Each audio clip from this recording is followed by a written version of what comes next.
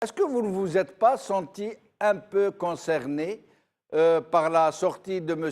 Ahmed Gaïd Saleh, vous qui avez menacé, hein, j'utilise à bon escient le terme, de sortir dans la rue si l'option du cinquième mandat se précise? Est-ce qu'on ne vous aurait pas envoyé à vous et à ceux qui, comme vous, veulent manifester leur opposition au cinquième mandat un signal très fort en vous disant que si vous êtes contre le cinquième mandat, vous franchissez la ligne rouge de l'Algérie?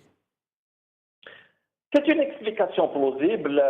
Toutes les explications peuvent être avancées maintenant. Nous sommes dans un système pratiquement chaotique. Il n'y a plus de commandant à bord. Je pense que Bouteflika, en tant que personne totalement absente, intéresse au moins une partie ou une grande partie du régime. Ils peuvent prendre, voler, détourner, en faisant signer à un homme à moitié mort tout ce qu'ils veulent. Je pense qu'ils n'ont absolument aucun sentiment, aucune idée d'avenir pour le pays. Ils savent que le bateau va couler, alors ils prennent tout ce qu'ils peuvent. En attendant, ils rejetteront toute la faute sur cet homme-là, qui est malade de lui-même d'abord avant d'être malade, atteint physiquement. Mais, M. Gilali, je vous pose la même question que celle pour Saïda Kinin. Pourquoi cette armée qui a la possibilité de nommer qui elle veut, de désigner qui elle veut, et elle l'a toujours fait, et ça ne s'est jamais démenti, pas une seule fois, pourquoi ne désigne-t-elle pas quelqu'un d'autre qui soit plus présentable? Elle n'en a pas vraiment envie. Apparemment, le commandement, il faut séparer l'institution en général. Il y a beaucoup de jeunes officiers en particulier qui refusent ce qui se passe, mais vous savez très bien, la discipline militaire est extrêmement rigoureuse pour eux. Et donc, personne ne se lèvera contre la décision prise par les chefs. Or, souvent, plusieurs chefs de l'armée sont très proches du cercle présidentiel, ont prêté allégeance, et malgré tout, ça les arrange. Il y a, voilà, symboliquement un président de la République qui assumera toutes les conséquences de leurs propres actes, mais en réalité, ils font ce qu'ils veulent sans aucune contrainte. Or, désigner un président, ça devient compliqué maintenant, parce que encore faut-il convaincre un peuple qui commence à en avoir absolument marre de ce régime. On ne peut pas avancer un nom inconnu et l'imposer de facto, et avec un risque de refus de la part de larges pans de la population. Il y a aussi la possibilité de ne pas le maîtriser totalement, de ne pas le contrôler. Vous savez, le régime algérien tirait les présidents d'une corbeille d'hommes qui ont été formés dans les années 50. Or, cette corbeille-là, maintenant, est vide. Il faut passer à autre chose, et cette autre chose fait probablement peur à une bonne partie de la nomenclature.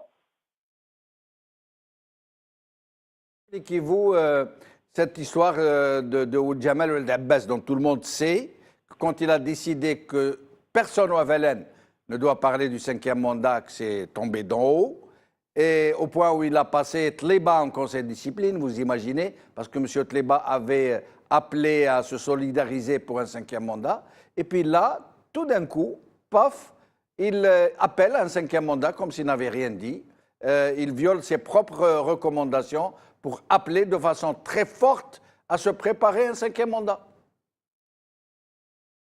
Les instructions qu'il reçoit, il est vrai qu'à un moment donné, il y avait une mauvaise atmosphère dans le pays avec le problème financier, il y avait la peur du dérapage avec les grèves successives et importantes, et je pense qu'ils ont voulu reculer un peu la date de l'annonce.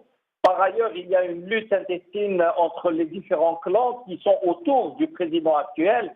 Et donc, le groupe de Tléba et d'autres ont probablement voulu devancer les autres et à ce moment-là dire qu'ils sont les parrains ou qu'ils parrainent cette candidature du président.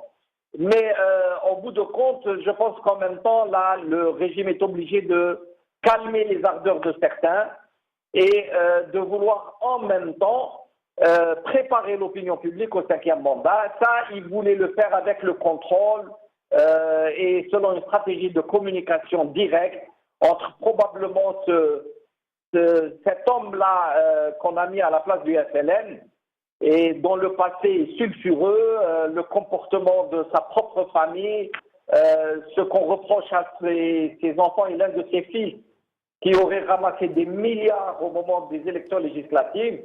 Voilà les hommes de M. Bouteflika, voilà ce qu'il a voulu faire de l'Algérie.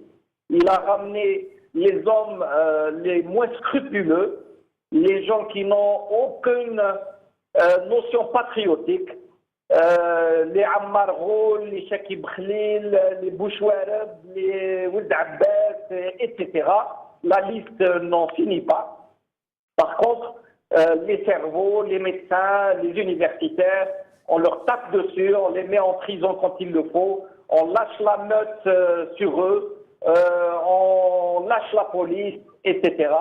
Voilà, c'est un régime qui veut humilier, démoraliser les Algériens pour qu'ils acceptent l'inacceptable, c'est-à-dire être dirigés par un semblant d'être humain qui n'existe plus parmi nous. Je reviens à vous. Et pour la deuxième partie de votre question, je vous réponds franchement, je n'ai absolument aucune information sur le rôle que jouerait le DGFN. Je ne sais pas, je ne connais pas ses coulisses et je ne sais pas quel rôle il serait en train de jouer. Quant à la première partie de votre question, oui, je l'ai clairement annoncé, on l'a répété. S'il y a le moindre doute que le pouvoir lance le 5e mandat, nous sortirons. Je sortirai, même s'il le faut, seul. Mais quand je dis seul, bien entendu, je ne serai pas seul. Il y a déjà beaucoup de monde qui veut bouger. Et il est absolument impossible qu'on se taise sur le dépassement de la ligne rouge. Parce que pour nous, la ligne rouge, c'est l'Algérie. Et l'Algérie, c'est juste la préserver d'un faux président, d'un faux conseil des ministres. C'est la préserver de la dilapidation des moyens de l'Algérie. C'est éviter que les ministres, les responsables, les wali ne détournent tout ce qu'ils ont sous la main. C'est ça la ligne rouge. D'ailleurs, la question qu'on pose à M. Ahmed Gaïd Saleh, qui est vice-ministre et directeur ou chef d'état-major, on lui demande quelle est la bonne interprétation. Qui est l'Algérie? Est-ce que l'Algérie, c'est les 2 300 000 km² avec ses richesses et ses 40 millions de population? Ou bien l'Algérie, c'est M. Bouteflika et son clan?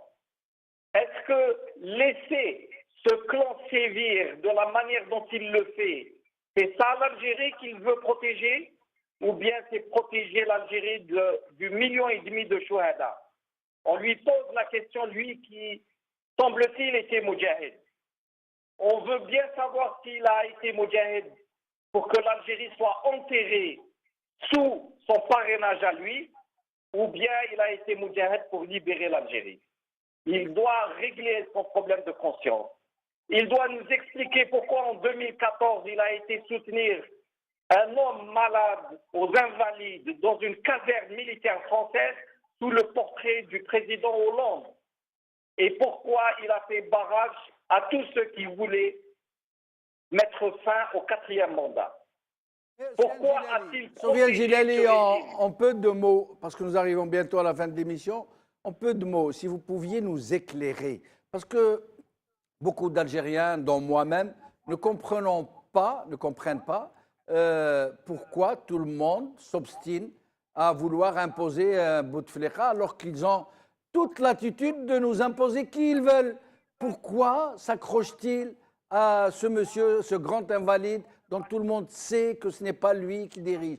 Quel est le grand secret qui se cache derrière ça? En moins de 2 minutes, s'il vous plaît, Soufiane Djillali. Vous savez, le régime est à bout de souffle. Les différents groupes qui se tirent dans les pattes sont tous très vigilants et méfiants les uns des autres. Or, un changement de président signifie un changement d'équilibre.